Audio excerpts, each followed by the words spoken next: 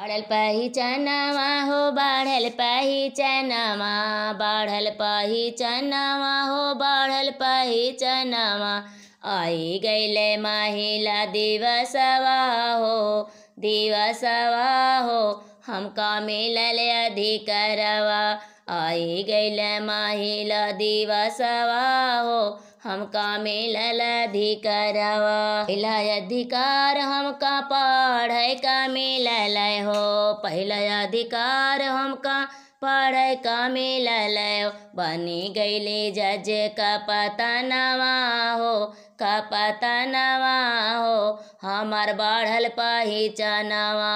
बनी गईली जज का पतनवा हो हमार बढ़ल पहिचानवा।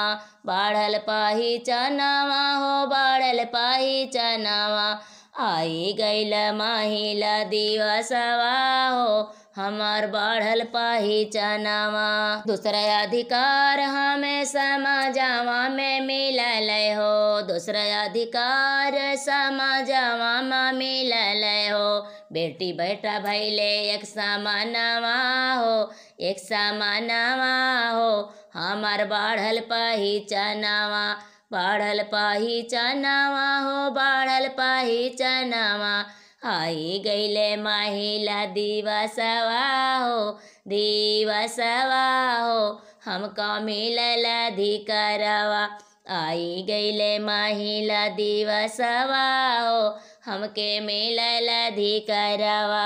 तीसरा अधिकार ग्राम पंचायत में मिलल हो, तीसरा अधिकार ग्राम पंचायत में मिलल।